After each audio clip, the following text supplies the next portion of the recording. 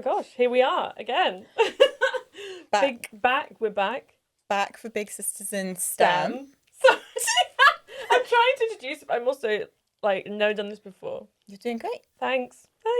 Just joining in when you speak. So our names are Jasmine. And Alice. And we've got two guests today that we've never had on the show before. Two very exciting guests. Very exciting. We've got Tam from Jaguar Land Rover. Nice to meet everyone. And Jari. Hi. And you're fourth year Mechatronics. Third year. Third year, Yeah. okay. Yeah.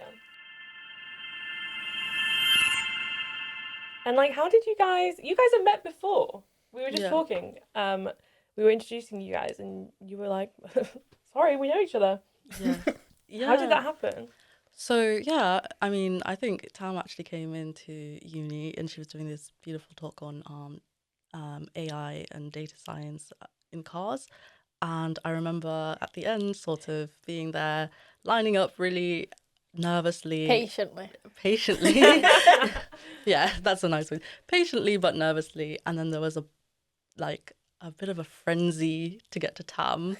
Wow. Super fun. Yeah, just a bunch of guys. And I just remember quite like an angel. She was just pointed out to me. And then I was just there like me. And then I went to the front. And, that moment just meant a lot to me because, I thought I was just kind of getting, shadowed over. I wouldn't get to ask her any questions. But yeah, and now we're here on this podcast. She parted the crowd. She really did. Tam? Yeah. Is that how you remember this as well? Yeah, no, they say. In fact, I remember grabbing. trying to grab her because it was all too familiar. She was getting a bit lost in that male-dominated crowd, but I knew she had something she wanted to ask me, and yeah, I was definitely there to get her question. So, this makes so much sense to me now. I'm looking at Jari because when we first spoke to you about the podcast and we had such a good, I think we overran having coffee together, didn't we? As a trio. And I remember mentioning that we were talking to Tam about coming on the podcast and you were like, oh, I love Tammana Haque. And I was like, oh, how do you know her? And you talked about kind of how you'd done events here and whys and stuff. And I thought, that's interesting. So that's when we thought, okay, let's pair these guys. But we did not know that origin story. No. And it's so interesting, actually, that kind of fandom. Mm-hmm. Because that was actually what we were talking about when we were talking to you, Tam. You told us that when you were 9, you were on Twitter. And fangirling over Jaguar Land Rover, was it? Yeah, so the Twitter came a bit later. And I don't know what it was, but I became a fan of Jaguar since I was 9 years old. That was over 2 decades ago, if I'm revealing my age right now. I'm very much still in love with the brand, with the cars. In Jaguar mode all the time, at home, at work, on the road. And yeah, it's just a big part of my life. It got you noticed. I love that. It did. Loving things loudly and unashamedly. Because at the time when I was on Twitter, there weren't many young people who had an affinity with the brand. Now it's all different, but it was quite easy to get noticed. Yeah. But a young woman as well. You don't need to kind of minimise that it was how you got noticed. Not every 9-year-old was just on Twitter at Jaguar. No. Also, I need to know what it was that got you, caught your interest about Jaguar Land Rover compared to other things at such a young age. Because lots of kids can be really into kind of automotive toys and they'll play with trucks and stuff. And it could maybe start from there. Were you that kid or how did you come around to that? No, I wasn't that kid, but I was very much... I grew up with Top Gear and my family loved F1 and cars. And for me, it was the Jaguar brand initially. And I just loved it so much. And then I got noticed by JLR. And then I got invited to experience days and ended up taking my whole family because I didn't have a driving licence. And then Not at 9, is this? This is when I was 18. Okay. And then little did I know the cars I was experiencing on those days, then maybe foolishly, but I saved really hard and I got one when I was 22. Wow. And then I got an offer to join at 24. So it kind of came full circle. Oh my gosh. Oh, wait. I feel like we need to rewind because You obviously didn't go straight into. You can go from 9 to 18 into Jaguar. Oh no, You went to uni, I did. but you followed your sister. You said your twin sister. Yeah, and I was saying that to Jari just outside. I've always been good at maths. Since I was 6, I'd say, oh, that's the maths whiz over there. And yeah, it's just something I was naturally interested in, but I didn't realise that I could do something quite interesting with it, which is AI and data science. It's my sister who made the move and said, right, applying for maths, and I thought, all right, I'm just going to do what she's doing. I don't want to leave her. And then we stayed together. We were in the same seminars and everything. So our whole education was exactly the same. Wow. Our grades were exactly the same. Really? Yeah. Wow. That kind of was that supportive, or was that a bit of pressure as well? Were you competitive with each other? Healthy competition. Healthy. Yeah. Nice. Okay. Who's the big sister? She is. People say I act older, and we actually work together in the same team now. Do you? Yeah. Wait. Yeah. JLR? Yeah. What? Yeah. You're finessing the system right now. We're both on maternity leave together as well. No, that's kind of spooky. Yeah. No, that's goals. That's so nice. You Yeah. always have each other. We always have each other. And again, I was saying to Jari outside that I'm grateful, because if I didn't have her, I think my path might have been different, because sometimes we were the only girls in the class, and I just knew that I had her, so we weren't going to compromise on what our paths and dreams would be, because we at least had each other. You always had someone in your corner. Yeah, always. Like built-in support. And sometimes it can be that feeling where you look around and you're the only person like yourself. It can make you feel alone, but that was never the case for you because you had each other. Yeah, and I needed it. I wouldn't be here if it wasn't for my twin, and we find our way back together again. So yeah, all good. Wow, I love that. What was your origin story into the whole Mine was Mechatronics? not like at the age of 9, sadly, but I mean, I think Tam was ahead of me there. But no, I knew that I kind of wanted to sort of, I think I've spoken about like I had ADHD, and I discovered having that when I came to uni, but it not really being a thing that people knew about. And then it explained a lot. I had like 2 really separate interests, like science and then like arts as well. And I really wanted to do something creative, but also like practical. And I feel like engineering was just like right down the lane. I had a similar moment, like you were saying there, Jasmine, about looking around and feeling like, oh, there's not like many people like me doing this right now. And it was like that kind of imposter syndrome type vibe. But like, podcasts like this, but also, seeing people like Tam kind of like has helped me to sort of, stick to that space and like encouraged me in that way. So yeah, no, I kind of just ended up quite whimsically, which is quite ADHD for me at least, but like, it's been hard, interesting so far. So yeah. You always had like that big sister figure in people like Tam, but just from afar. Yeah. When you don't have someone like physically in the classroom with you, it's having those role models, those people who've done it before. Definitely. And also, I mean, I don't know what phase you were in when you thought engineering, if that was A-level. Yeah. Or if it was like a little bit earlier, because I know you really were into so many different things. You've got so many interests, right? Yeah. With the arts and oh, the science. Yeah. I mean, I was doing things with like, even before I came to uni, I was like working with like sort of doing like BFI, so British Film Industry like programs. Like they got accepted into the like Young Filmmakers program. And then I was also like doing like, I was working with this organization called like Arts Emergency, and they're really great. They gave me a mentor, so I got in, I interviewed, and I was doing things with working on with Helen O'Hara over at Empire magazine and I was like, I don't know how this is going to come. That's so surreal. Yeah. So surreal. It was a moment. And I was like, I don't know how this is going to come together, but it kind of did. And now I'm kind of in like robotics and doing things like this. So it's like, it's really cool. I don't think you have to box yourself in. And I can see that in like Tam as well, being a mother and also a woman in AI, the lead data scientist. It's so cool. So yeah. And public speaker as well. You love public speaking, don't you? Historically, I didn't. but the reason that I do it is it's a male-dominated space, and I want to meet people like Jari, and we're definitely going to be keeping in touch. So that's kind of why I do it, and I need the skills for my job, and even being on mat leave for 12 months, it's something that I didn't want to pause. I didn't want to pause the speaking, and it just adds another dimension to my role. I get to meet, like, I'm meeting you two today, I'm meeting Jari again, and it just Again. makes it more vibrant. Yeah. So, yeah. Yeah, I think this all kind of goes back to your story of being pulled out of the line.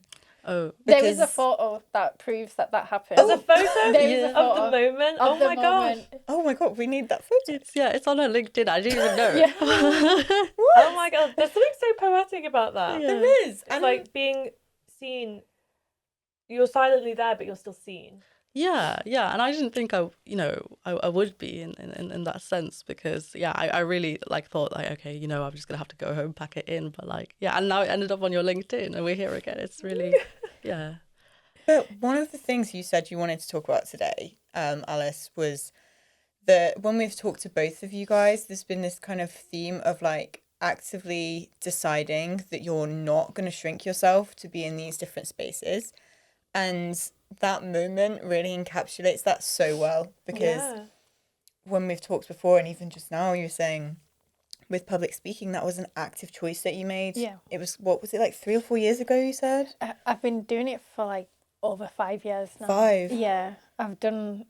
This will be my 44th kind of public speaking thing that I've done. I love that you're counting. I know, I This love is that. so maths of you. Yeah. She's got the numbers. Yeah. Yeah. I think I just wanted to make the most of this experience, and I didn't think I'd still be here, but I've managed to kind of make it my own and make it a comfortable space. I was a bit uncomfortable when I did start, and I thought, you know what, I'm gonna do everything that I can and I'll end up where I end up, but now I feel like I could be here for a very long time because I've made it my own. So Yeah. yeah. It's like you kind of, when you first got into industry, I imagine as a woman, you kind of want the bare minimum, as that's like the bar. Yeah. Right. Which is really unfortunate and really sad. The bare minimum is you want respect, you want varied work, and then it's going above and beyond that and saying, I actually want more. I want to do a bit of everything. Yeah. I don't want to just be like put in a box. Yeah. And platforming your voice. Yeah. Like going into those public speaking roles, it's the kind of thing, it's kind of the reason this podcast is made, is to platform voices from people Shout in about STEM, exactly like you and your journey. Yeah. And like you, Jari, because even though you may not be at that point where you're kind of like looking back on a career, you're still doing amazing where you're at now. Like where you are now, there may be people listening that are like, I really want to get into uni. I really want to do that course. How do I become like Jari, you know?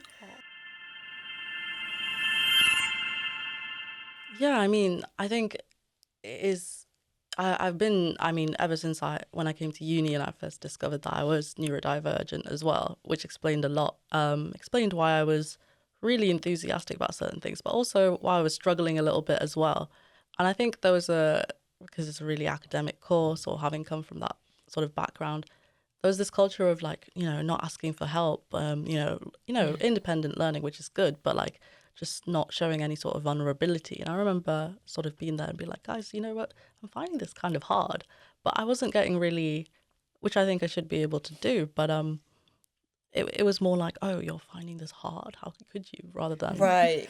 Okay. yeah. That's the worst when someone says that or implies it, because you're like, wait to make me feel even worse. Yeah, and also like, I don't know, is it so wrong to kind of say the way that this information is being presented to me doesn't quite work for me? Let's try other things.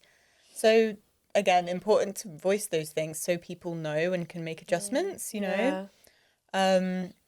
It's interesting you talked about being neurodivergent, I'm also neurodivergent, and that skill set is really spiky, and you'll find, I guess, especially in engineering, as a problem solver, and Tam, you can speak to this being in data science as well, you'll find those strengths, and that creative thinking is probably so useful to have. So even if other things are, feel like, oh, this is going to take me looking at this from a different angle or something, in a lot of ways, it could be a massive benefit, to be honest, as well. I mean, I think that's a really good way to look at it as well. I think I was there sort of comparing myself with, not only was it sort of male dominated space, but like in terms of like being neurotypical and neurodivergent, I was there comparing myself, and it wasn't quite good. But when I realized that we all have our like strengths and weaknesses, and even myself, I was like, I don't really I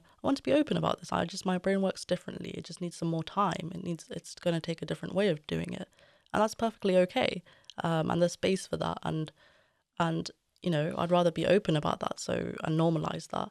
So I have, you know, been able to sort of carve a safe space, for myself in that manner, which even if other people don't see it that way, don't agree with it, I can sort of, you know, kind of rest and lean on that when I need to, but just carry on and see what happens with my journey, because I've got every right to be here too, you know. And so sometimes you have to kind of step out into these spaces and be brave and confident and say, I'm going to do something different. I'm going to be the change. And you do that at your work, don't you? You've got a community group, things like that. Yeah, there's the Women in AI network, which I founded because it was a gap that existed, and it kind of needs to be there because it is an underrepresented role and field.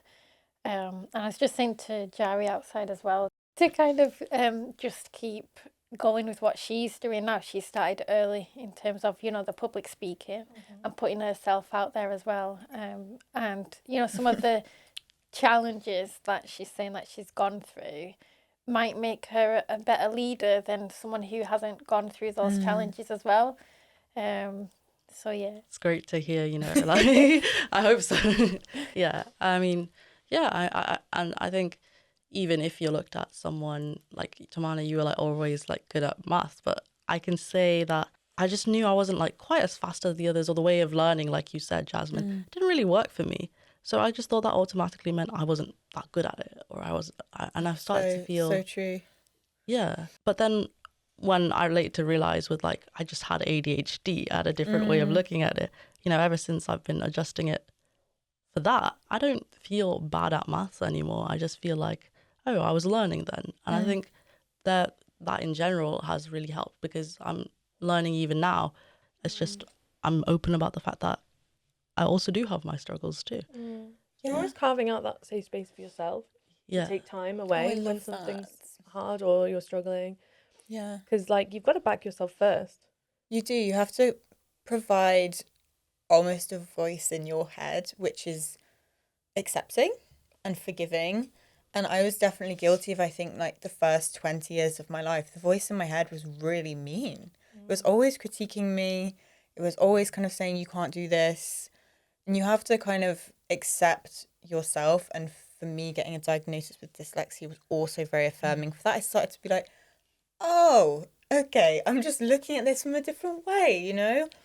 And once you can accept that stuff yourself, it makes it so much easier to provide support and accept others as well. And then you're just kind of on your way to carving out a bigger safe space for more people.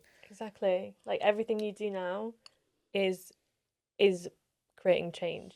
It might feel small, but it is changing an entrenched system that doesn't understand like neurodivergence. Yeah, and the same with your Women in AI group. I think you said there's 80 people in that now? yeah, there's 80 plus. 80 people. Oh my gosh. I mean, JLR is a big company, but still it started off small, but then it kind of snowballed, and we get like guest speakers coming in, and it's a safe space for more junior women to kind of go in and hone some of their skills that they're going to need if they want to progress. So it's definitely a safe space, but it's you know, it's going well. Yeah. Okay. Well, there's 80 people out there who said, I think I need this.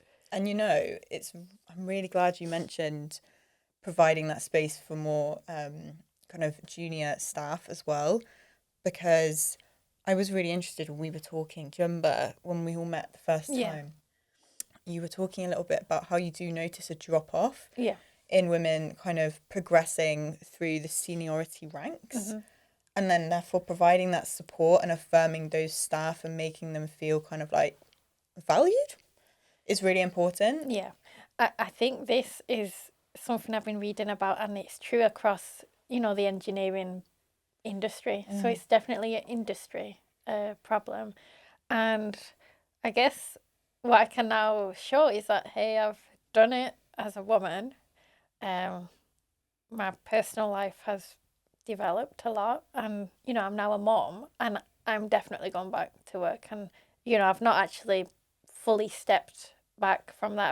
I've kept both lanes going to be the best version of Tam for my family, my daughter Lana, and the people that report into me and are around me. So yeah, the drop off doesn't, you don't have to leave your roles when you kind of become a mom.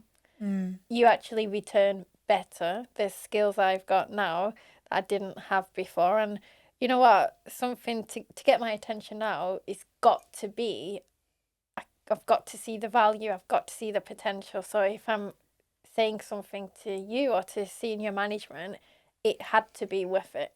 So my voice is a little bit different now. It literally is different because I'm a mom now. So it's That's so interesting. Yeah. And also you have not just a child, but a daughter. Yeah. So you're seeing everything from this new perspective of, Definitely. it's not, because I feel like when it's ourselves, we can be kind of self-deprecating, maybe this is my fault. Yeah. I'm not trying hard enough, I'm not doing this. But you're a mum now, and so you're like, this is the system. Yeah. This Whole is new perspective. a whole new perspective.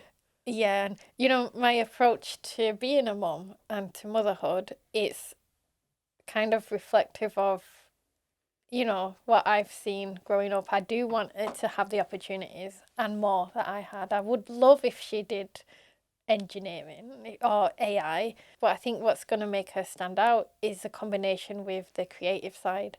That's something that a lot of people in these fields don't have. They don't have a creative side, and even when I went to uni, You do. the stuff that you were saying with Empire magazine, I think it's probably making you a better engineer than you even realise. I think one thing is like engineers are good with like coding, math, and physics, but words are another level. There's art, media, music, like these things, like they give meaning to our like lives, and they give meaning to like what I do as well, and like things like this podcast. I think, like you said, I'm really happy to hear that, because I think a lot of people, I think we all have our different, like we said, strengths and weaknesses. A lot of people want specialists or people who are just sort of on that one dimension. But I think I've realized I'm, like you said, very rounded. I don't really want to like, choose between the two. I think I'll always try and carry them with me as far as possible. But yeah, I'm glad to hear that. And I think it's really good to have that recognition. And hopefully other girls who want to sort of join in can see that, yeah, you can, I don't know, you can be like dressed up really cute like Jasmine is, and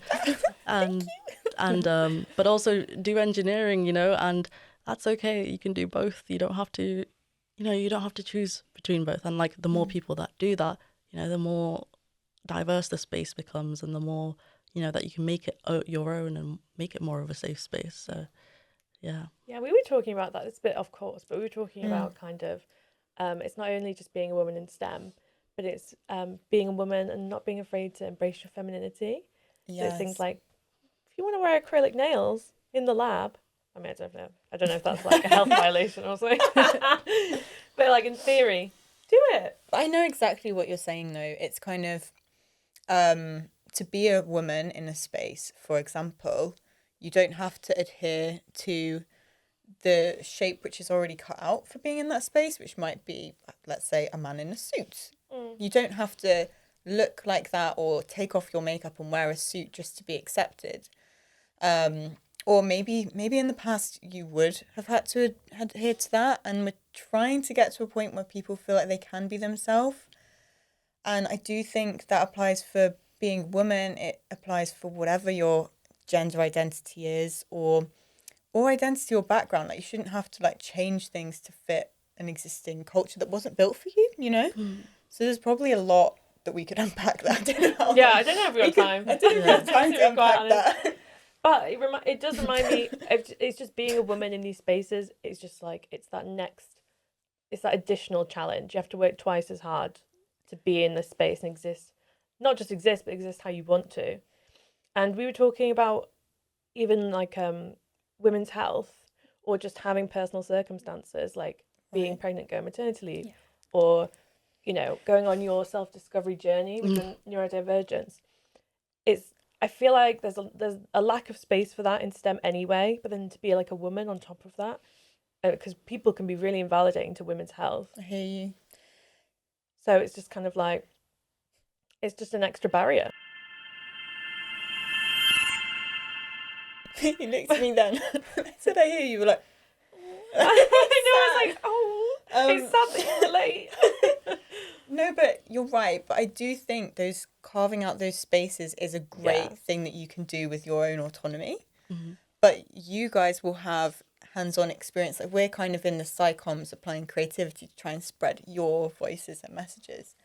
But you'll have experience with how that feels, and that kind of journey of having to prove yourself in a STEM world as well. And you've had it quite good though, haven't you? In terms of like a twin. Honestly, do you mean having a twin must be like a nice support? Well, not even that, but that was amazing. But I mean, like you mentioned, going on maternity leave, you've got a really understanding line manager. Yeah, I think the management as a whole at JLR are great. That's really good to hear. Yeah, it's been awesome. I have to say I had a great pregnancy experience. I was even messaging in labour. I was in labour. You were not. I was. Who? Because someone from work. Yeah. Because, what is more important at that moment? You know what? I was so scared. It was taking the edge off, and it was just like some sense of familiarity. Yeah. You know, that actually helped. I saw my husband on fantasy football, so it weren't just me. We were just like so scared. What? And then distractions all around. Distractions. This isn't what I imagine labour to be like. It's not. Husband's on fantasy football, you're on teams. Yeah. It was just we was just desperate for some sense of normal, and that was our sense of normal. And if I haven't fully like left the space, it's not like I don't see it as a black and white thing. And I did have to prove myself from knowledge of the cars. I kind of thought, hold on a second. I know the cars better than a lot of people around me. And I thought I'm going to prove myself through my technical work. I was, I've got a maths degree, which is, I think, the best way to get into AI. Really? Yeah, it's like a really good foundation. And AI is kind of just an application of the statistics that you learn.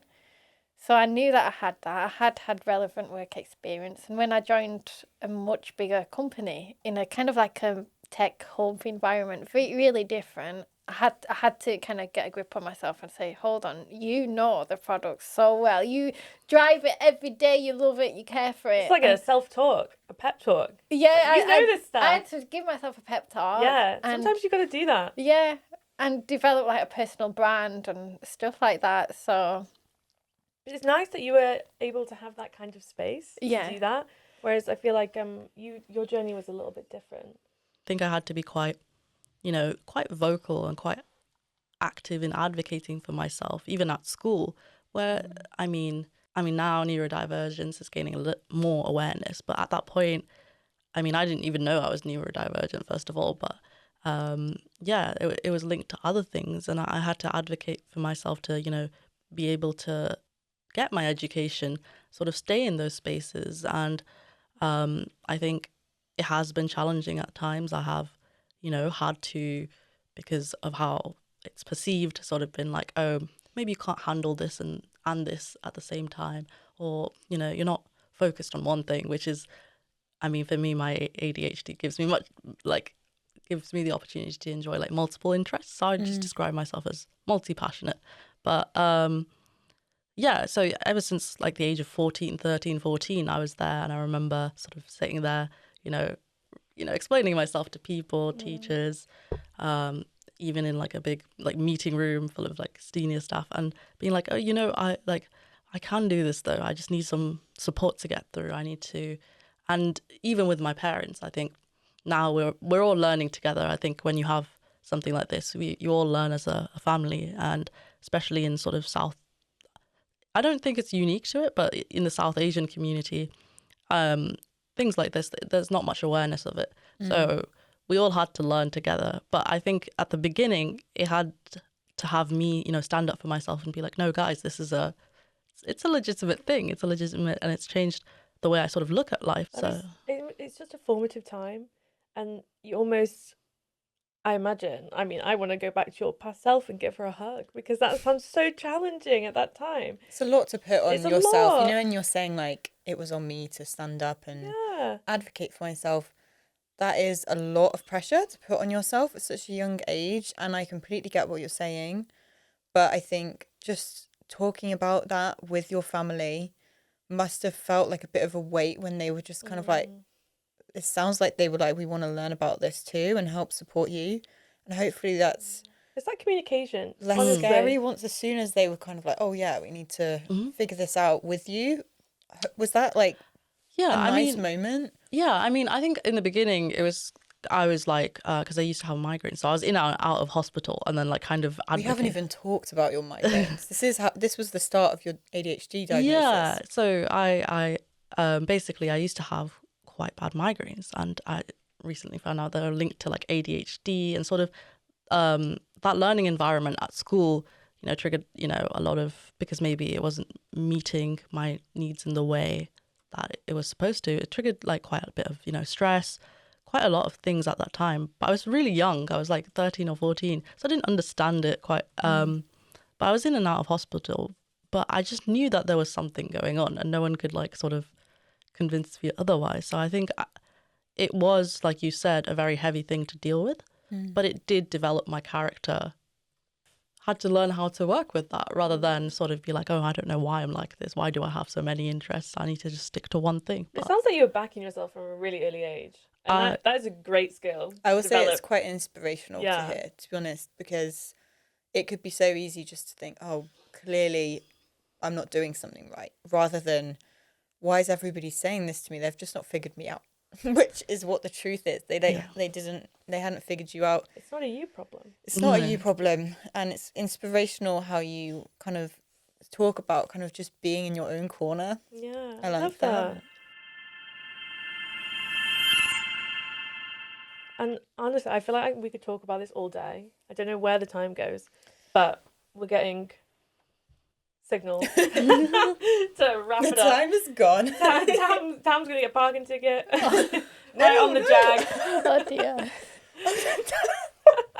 Don't do that to Tam. No, I know. We got to run say to that. the car. But We're going to have to run. I think we do yeah. we just communicated saying nothing at all. We were talking earlier, and Jasmine had a really cute little question question to add, which we haven't talked about with you guys yet, but it's quite a simple question. And I wanted us to talk about, just to finish up, just to wrap up on a nice note, if your life was a colour right now, what colour do you think it would be and why? And we can go first. To give context, we can go first, because please. I said I was pale yellow, because I feel spring in the air. I know it's on its way, and I know brighter times are ahead and new beginnings. But it's not quite that full bright yellow yet, because I'm going through a lot. I'm grieving at the moment. So it's kind of that feeling a bit subdued, but also looking forward to new beginnings. Yeah. And that's such a beautiful answer. Thank you. I think mine is not as good as that, but Don't say that. Mine is either like a pinky rose, kind of like this, because I think I'm in a moment where I'm getting like rose tinted glasses on things, and I'm trying to romanticize everything right now. Or baby blue, just because that just seems to be what my vibe is right now. You're in your baby blue bubble with the engagement. Since I got engaged and the ring is baby blue, I just feel like it's been my vibe. I'm just obsessed with the engagement bubble colour right now. We look at things in terms of positive and negative emotions, but I think, like you said, like grief can lead to new beginnings, can lead to pain. Except like for me, it led to like transformation into myself, and I feel a lot more confident in what I am. So yeah, I feel like life is a rainbow right now. It's not one thing. It's many, many things, but I'm learning to sort of appreciate them all. Sort of. That's I love beautiful. that. Jari, as you were talking, I was seeing like bursts of colour around you. Yeah, Honestly, yeah. that was so beautiful. Sorry, Tam, No, I don't know how to be that one, Jari, but that was awesome. Maybe before 6 months ago, when it was just Tam, then I would have said blue. It's my favourite colour. I just wear it. I just You love are looking lovely in that blue today. and you in that pink as well. Post August, my daughter actually was born on our anniversary. I would say that things have gone yellow because she just suits the colour yellow, and even if I've not seen her in an hour, then I'm just on my phone like looking at pictures of her, and she's You're obsessed with her. I'm like obsessed with her. I see her even if I look at Miffy there, she loves Miffy. I'm just like, you see her in everything. yeah. That Miffy comes in yellow. You know what? I've got. Oh my gosh, it does. It I'm does. waiting for an excuse to buy a Miffy. I think I'm gonna have to get. This is your excuse. Yeah. Do it. Yeah, I think I'll have to get one. But yeah, so I'd say yellow. Oh, I love that. Wow, that couldn't have ended the episode. Honestly, why do I feel emotional? on a more lovely note. No, that was so nice. Thank you so much for joining us today. It's been so lovely. Bringing your amazing advice and experiences, and just, I feel very inspired after today. Yeah, I do. Thank you. And I You just wouldn't want to know say, it. Tam has a twin, but now I have like 3 big sisters. Yeah. instead. Oh! No, my fake lashes can't handle this. I'm gonna cry them off. They can, they'll forget. That is so sweet. We're in it now. You're in the sister You're in the community. club. You're I'm in the sorry. Big Sisters Club. Oh. Okay, that's it. See you next time. Bye. We'll probably cut before the waves.